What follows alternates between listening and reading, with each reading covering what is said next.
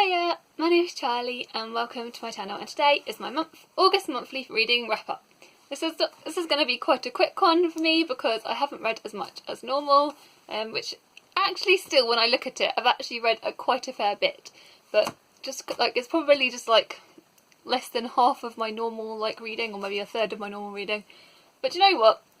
Sometimes it's nice to have a month where you'll read it, where you be easy on yourself, especially because I've had the children around and I've wanted to focus more energy on them, and I've had other stuff going on, which like I said, with the family, so I've been stressed and I didn't want to read. But for whatever reason, I feel like quite proud with the pile that I have right in front of me. So I'm going to dive right in and show you them. Now, so normally I do a top 10 and tell you about, and so do my books in order, but I haven't actually read 10 books this month, so therefore I cannot do that. So I'm just going to run through you quickly what I have got in no particular order, even though I might save my favourite to the end.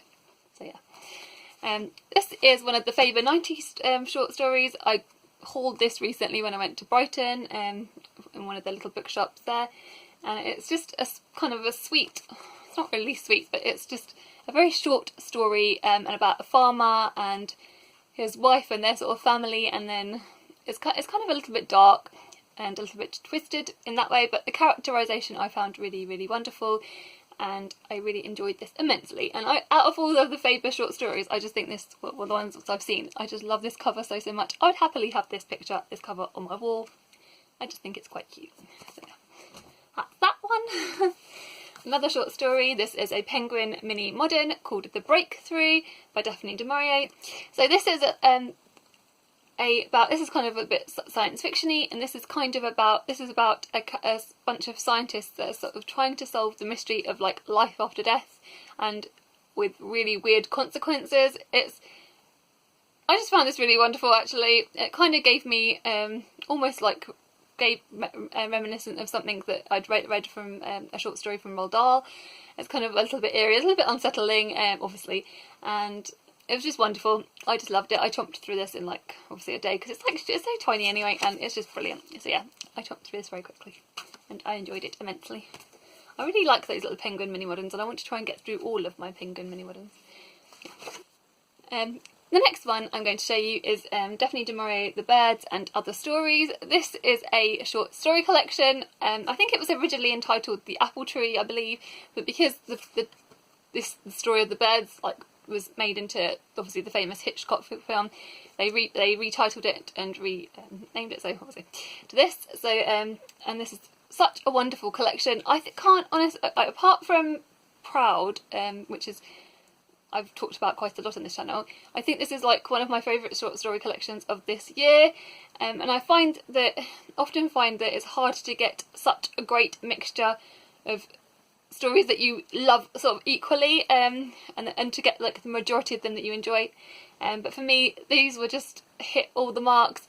There was only maybe like one or two that I wasn't as keen on, but the majority of them I just chomped through and I just loved.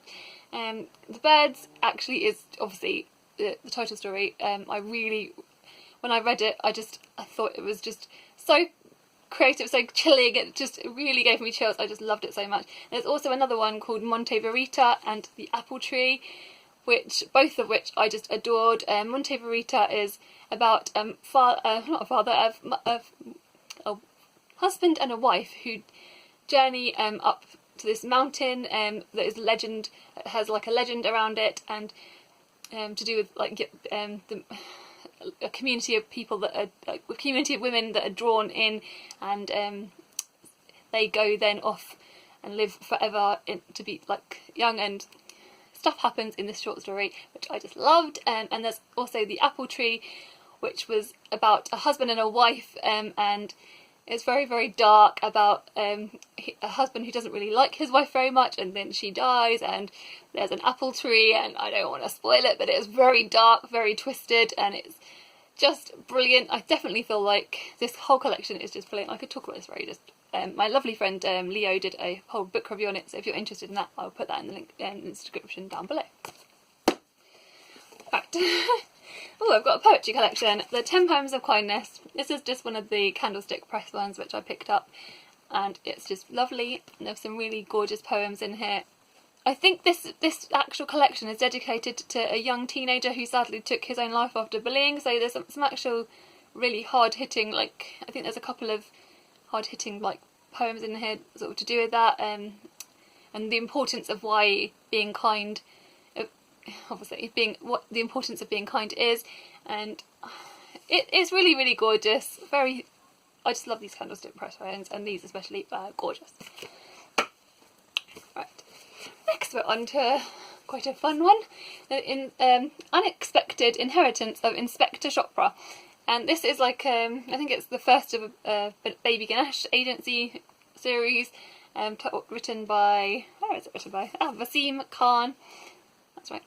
And it's just a detective story about an old, not grumpy, but he's an old detective, retired detective, and he murdered a young sort of teenager or like young man, and obviously it's his job to solve it, the crime, and in this features obviously a quirky little baby elephant, and it's just brilliant. I just love this so much. This actually, because of the whole me being quite slumpy, I found that reading this like crime fiction, it just really helped. It's quite fluffy, quite light. It's nothing too dark. I really enjoyed it, and yeah, I highly recommend it.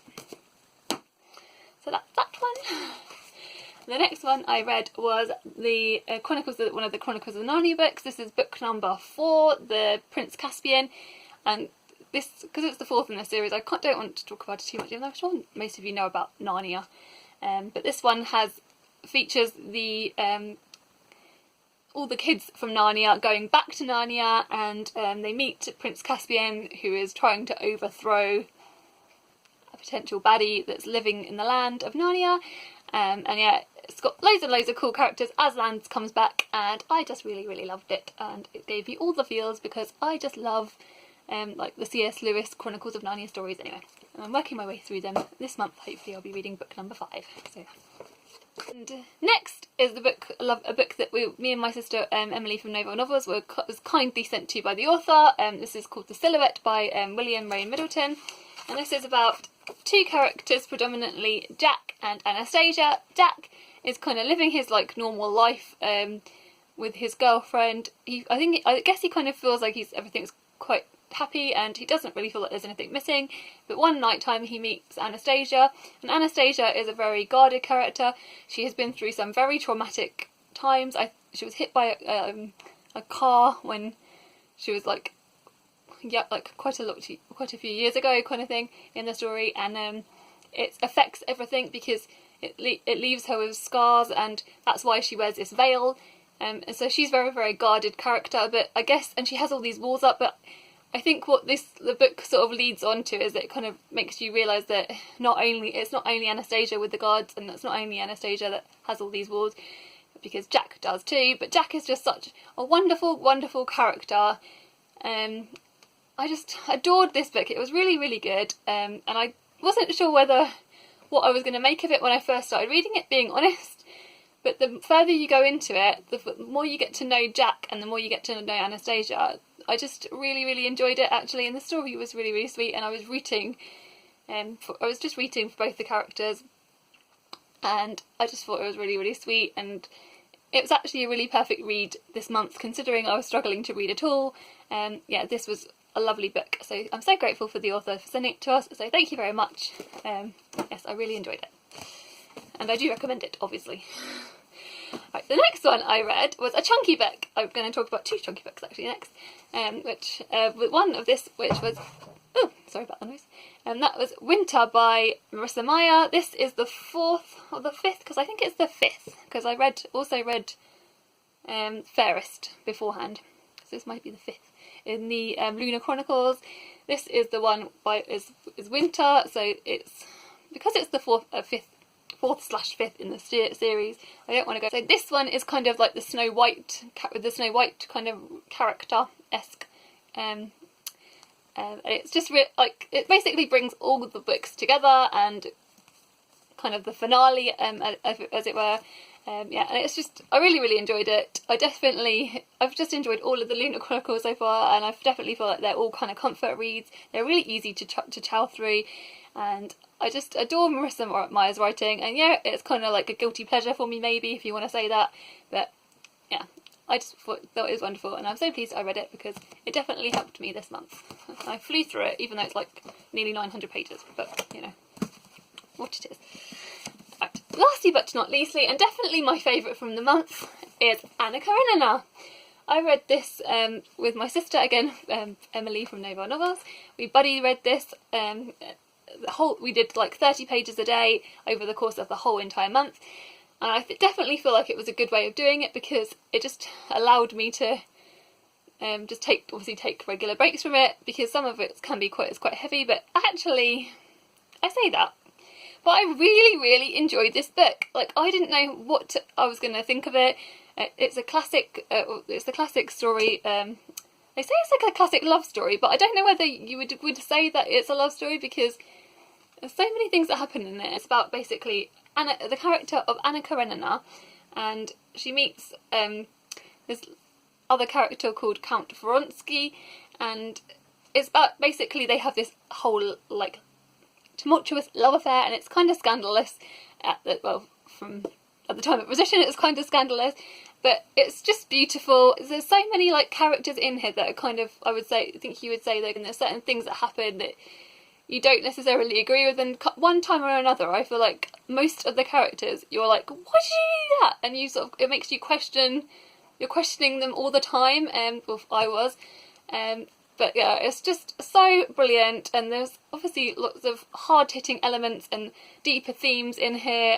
It tackles to do with motherhood, to do with obviously relationships, to do with sibling relationships. It's just so like, it's obviously the people around you and how people sort of look their nose down at you for different things. And I just found like the whole book, I would have chomped through it quicker if it necessarily wouldn't have been 30 pages a day, even though I guess maybe not, because like I said, with the month I had, but no, it was just brilliant, and I actually can't wait to go and watch the movie. I know that it's not like necessarily the best adaptation, the one with Keira Knightley in it, but I do still want to see it. And I didn't realise Jude Law plays Anna Karenina's husband, so which I did not realise, because in the photo I couldn't necessarily see that, but yeah. So, yeah, this is just beautiful. I can't wait to repurchase a different copy and reread this. This will definitely be one I do reread in the future. It's just beautiful. I just think the writing's gorgeous, and I recommend it to all of you. So that is that book. Thank you so much for watching. Let me know what books you read and enjoyed this month. And yeah, take care, and sending you guys lots and lots of love. Bye!